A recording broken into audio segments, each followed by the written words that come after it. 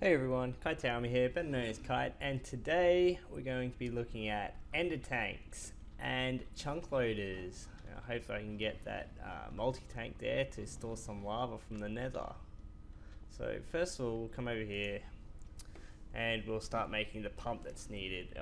First of all, you got to make a mining well, which is basically 6 iron ingots, an iron gear in the middle, an iron pickaxe at the bottom, and a redstone at the top. Gives you the mining well. Simply make a furnace shape with glass to get the tank. Oh, get rid of these. And that just goes with mining well like that, and there's your pump. Now to power that pump, we're going to need redstone engines. It's basically made like this. Any planks at the top, glass in the middle, piston at the bottom, and a wood gear on either side. That gives you the redstone engines. So we'll take 4 of those. Take 2 redstone torches as well. Now, onto the chunk loader. Now, chunk loaders are fairly simple. They are a little bit expensive though. They require an enchantment table, which is like 2 diamonds and 4 obsidian with a book on top. So that's probably the most expensive part. And you got 5 gold ingots around the enchantment table and an ender pearl on top. And that makes your chunk loader. So we'll just put that one there. And lastly, the ender tank. Now the ender tank, you basically think of it like an ender chest, but for liquids. And it's made in a very similar way. You've got your obsidian on the sides, a cauldron in the middle, wool at the top, ender pearl at the bottom, and blaze rods in the 4 corners. Now I'm going to need to make 2 of those so that I can, transport from one to the other. Now I'm going to need to take some dye, so I've got some yellow dye in here, that should do. I'll take that. Give me some waterproof piping, just in case I don't have any waterproof pipes left. Let's have a look. There we go, we've got a couple of waterproof pipes, that should be fine. And I'll take some sort of material to nerd pole with if needed. A couple of stacks of this. Well, now I'm off to the nether, so I'll catch up with you when I'm there. Just before I do take off to the nether, I have 30 levels there, and I managed to find a thaumium sword at one of the thaumium altars. So I'm just going to enchant that so I don't lose all my levels when I inevitably die. So here we go. What do we get with that? Oh, repair 2. Okay, wasn't as awesome as I was expecting, but repair 2 is fine.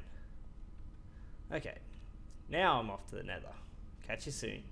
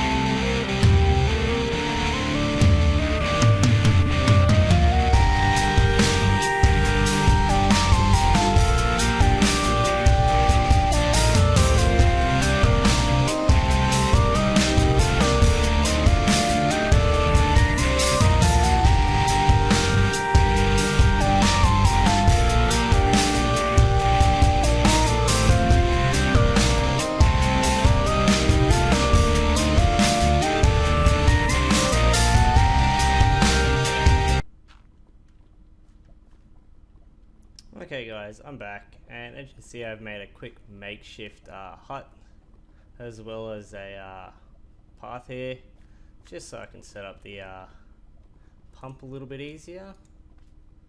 So let's see, we'll just throw the pump there. Oh, looks like Full Metal Agent burnt to death. Oh well, you get that.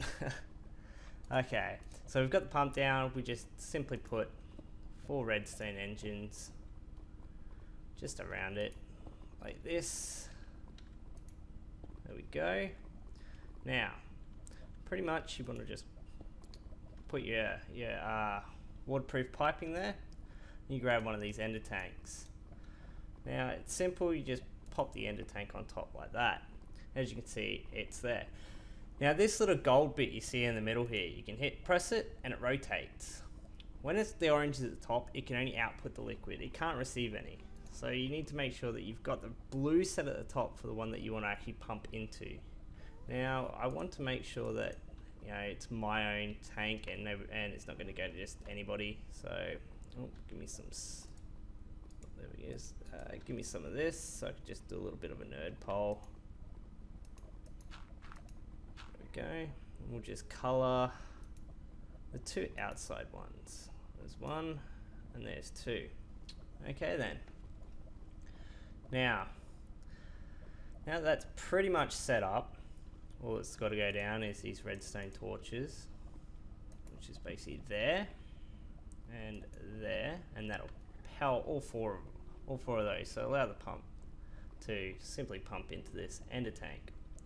Now we want the chunk loader in here so that it's loaded at all times. Basically, just plop it down, click on it. Okay, the GUI is really simple. You hit show lasers, it shows you the distance. We'll just have a quick look at that.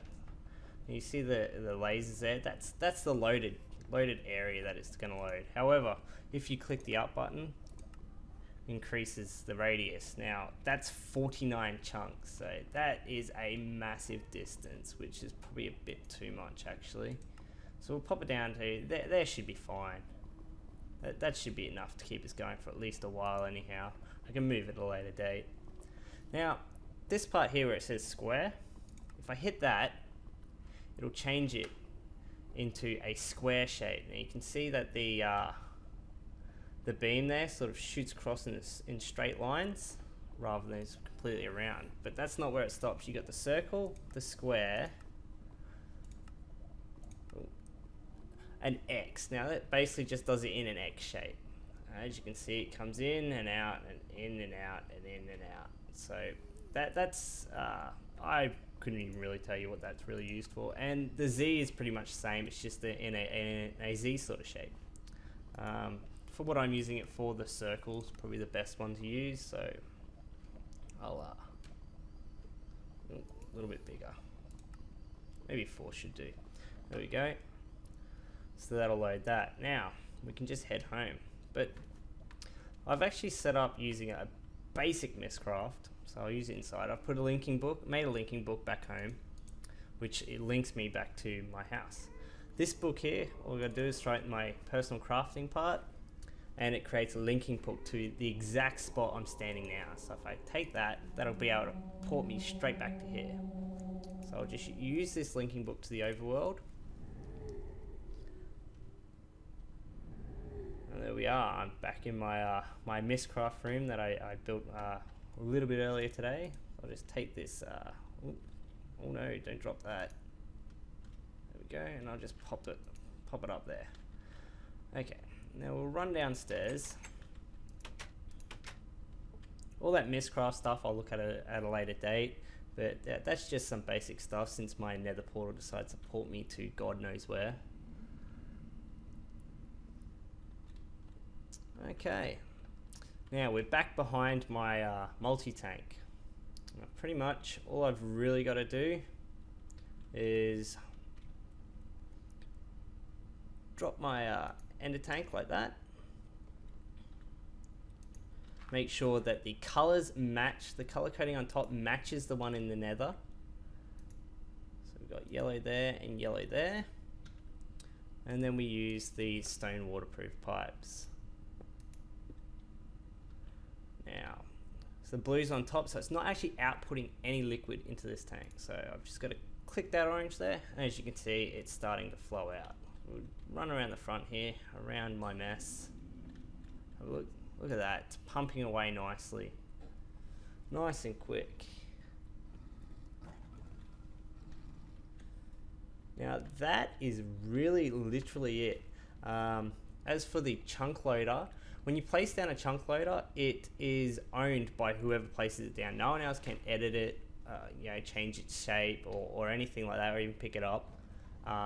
it's bound to the original person that placed it down. So that's just something to keep in mind. It's filling up quite nicely actually. Okay, and next time I'm going to hopefully set up power using this lava, and we'll have a look at maybe a little bit of Mistcraft too. So thanks for watching. If you learnt something or like this video, just give it a like, thumbs up, it's all good. And until next time, take it easy. Laters. Ah, man, now I'm imagining things. Each enemy killed natural experience points that you can use to improve your vampiric powers. Enemies who haven't noticed you bring much more experience than alarmed enemies. If you manage to cross a number of areas without triggering an alarm, you will achieve additional bonus points. Alright.